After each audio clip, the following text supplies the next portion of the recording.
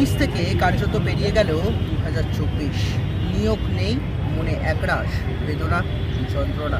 হ্যাঁ, তীব্র দাবদাহকে উপেক্ষা করেও আজ আমাদের সঙ্গে যারা এই ধর্মতলার শহীদ মিনার প্রাঙ্গণে এসে উপস্থিত হয়েছেন তাদের ধন্যবাদ দেওয়ার ছোট করছি না।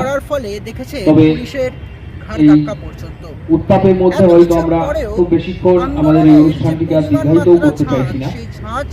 এখন আমাদের মধ্যে কিন্তু বছর ঘুরতে না আপার প্রাইমারি মঞ্চের সুশান্ত ঘোষ আমার শব্দ শুনতে পারলে একটু মঞ্চের কাছে আসবে।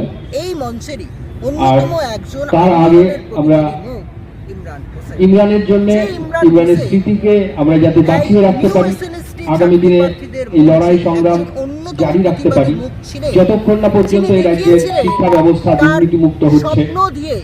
আমাদের সবাইকে দৃঢ় প্রতিজ্ঞ হতে হবে এই সংগ্রাম, এই লড়াই যেন আমরা চালিয়ে যেতে পারি। সেই উদ্দেশ্য নিয়ে আমি এখন মঞ্চে ডেকে দিচ্ছি আমাদের সহযোদ্ধা, আমাদের সবার প্রিয় অরুণিমাদিকে। উনি প্রাইমারি মঞ্চের পক্ষ থেকে আমাদের এখানে কিছু বলার জন্য তাকে আহ্বান করছি। আর তার এই ভালো কাজগুলোকে নিয়েই স্বপ্ন দেখছেন নিউ এসএলএসটি চাকরি প্রার্থীদের মঞ্চ একাংশ।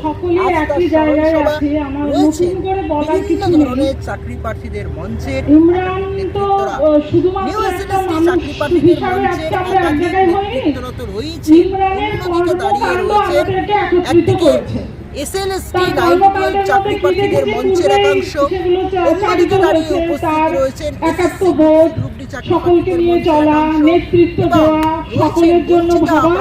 চাকরি প্রার্থীদের মঞ্চের এখানে কবি শঙ্খ ঘোষের যে কথাটা চারটে লাইন আছে যেগুলো আমাদের এখন ভীষণভাবে প্রণীতযোগ্য না, প্রাসঙ্গিক।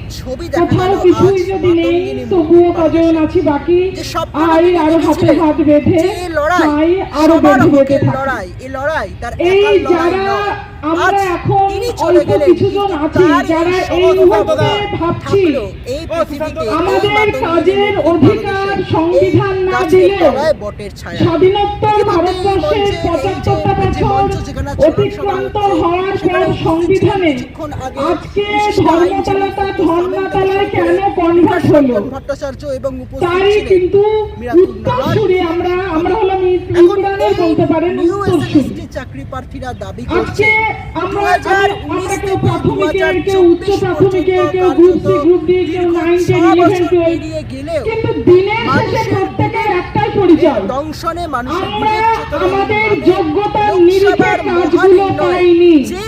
কাজগুলো খোলা বাজারে নিলাম ডেকে সরকারি প্রতিষ্ঠানে বিক্রি হয়েছে। আজকে আমরা একটা জটিল আবদ্ধ পড়ে গেছি। আবদ্ধটা কোথায়?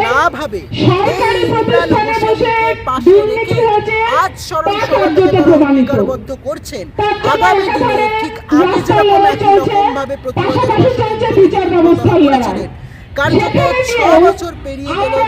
কখনো মনে হচ্ছে আমরা আইনজীবীদের দ্বারা মিসগাইড হচ্ছে না তো, বা কখনো মনে হচ্ছে বিচারপতিদের দ্বারা মিসগাইড হচ্ছে না তো। কিন্তু দিনের শেষে যেটা আমাদের বোঝার এখনো বাকি আছে শুরুটা পাশে রেখে হারাতাম না। তাই তার আত্মার শান্তি কামনা করে আমরা আমাদের এই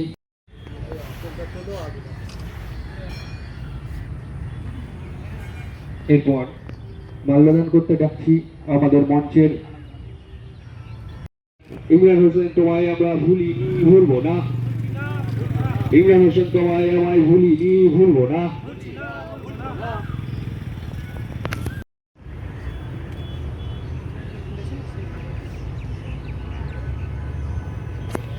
হবে কিন্তু আমরা অনেক কিছুই পাবো, অনেক কিছুই হারাবো, তবুও আমরা কিন্তু আমাদের এই সাথী, আমাদের এই সংগ্রামী নেতা, সে কিন্তু প্রকৃতার্থে নেতা হতে চায়নি, হতে চেয়েছিল সমগ্র রাজ্যবাসীর যে বেকারত্ব ছেলে মেয়ে আছে তাদের আশার দিশা দেখাতে চেয়েছিল। প্রত্যন্ত একটি গ্রাম থেকে উঠে এসেছে ছেলেটি, সে চেয়েছিল এই রাজ্যবাসী এবং রাজ্যের সমস্ত বিএড চাকরি প্রার্থী যারা ছিল তাদের আশা এবং ভরসার লড়াইটি সে করত। আমরা ইমরান হোসেনকে হারিয়েছি। আগামী দিনে আমাদের এই পশ্চিমবঙ্গের সমস্ত বেকার চাকরি প্রার্থীদের কাছে আমাদের একটাই আবেদন, এমন কোনো পরিস্থিতি যেন আর না হয়।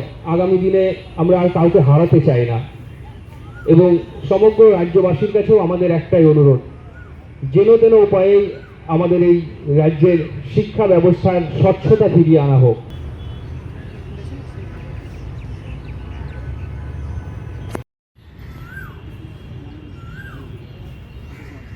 এরপর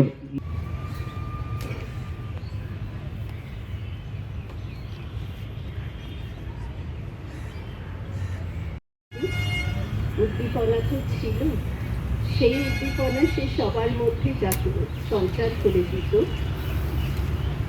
বারবার মনে হচ্ছে আজকে যারা এত উদ্দীপনা নিয়ে আন্দোলনরত অবস্থায়, তার মধ্যে নানান রকমের ভিন্নত্ব রয়েছে সংগঠনগত, তৎসত্ত্বেও মিলেমিশে একত্রিত হয়ে তার কথা বলছে।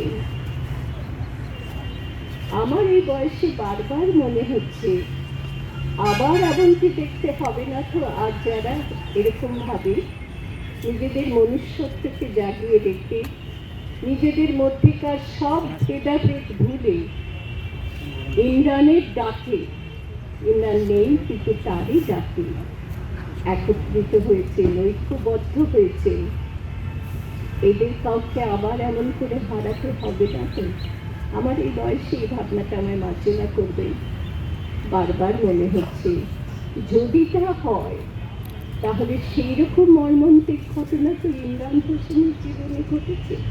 তাকে আমি দেখেছি এই ভাষিটা নিয়ে আমাদের আহ্বান করতে অবস্থান আন্দোলনে, তাকে চলে যেতে হলো। এর সঙ্গে যুক্ত যে হেয়ালিটা, সেটার কথা প্রথম বলবো, আর দু একটা কথা বলে শেষ করবো। আজকে বক্তৃতা দেওয়ার দিন নয়। হেয়ালিটা হলো যে মানুষটা নানাবিধ আন্দোলন, মার খাওয়া টাওয়া সব শুনতে পাই, আন্দোলন করে কোন সাধনায় সিদ্ধি লাভ করেছেন আজকে স্পষ্ট হয়ে গেছে। ক্ষমতা লাভ করার জন্যে আর জনগণের অর্থ, জনসম্পদ লুটপাট করার লক্ষ্য নিয়ে একাধিক আন্দোলন, বহু আন্দোলন তিনি করেছেন। সেই মানুষটি আজকে দেশের তরুণ তরুণীদের রাস্তায় বসিয়ে দিয়েছেন ক্ষমতা পেয়ে, যে তোমরা আমার কাছে প্রার্থী হয়ে এসো, চাকরি দেব কি দেব না ওটা আমার ব্যাপার, আমার ক্ষমতা, আমার অবস্থান, যত অবস্থান তোমরা করো না কেন আমাকে তলাতে পারবে না। আপনারা সকলেই পড়েছেন।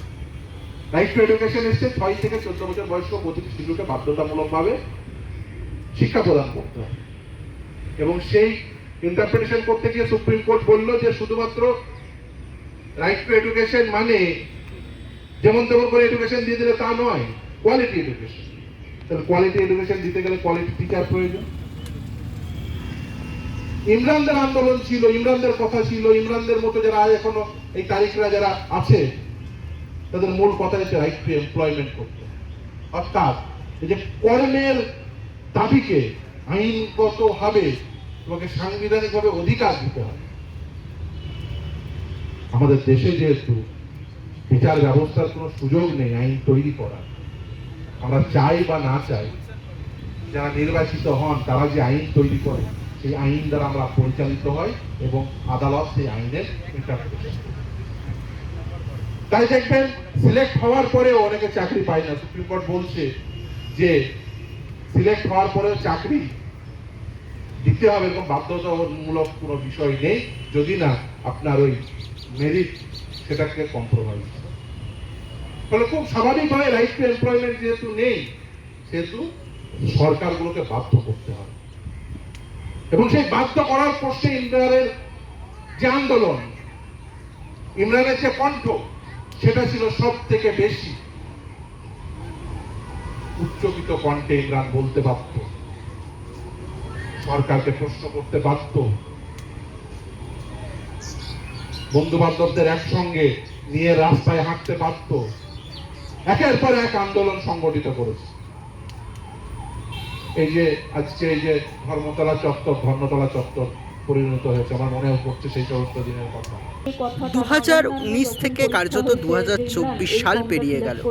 হারালেন ইতিমধ্যেই আপনাদের মঞ্চের একজন সহযোদ্ধা ইমরান হোসেনকে।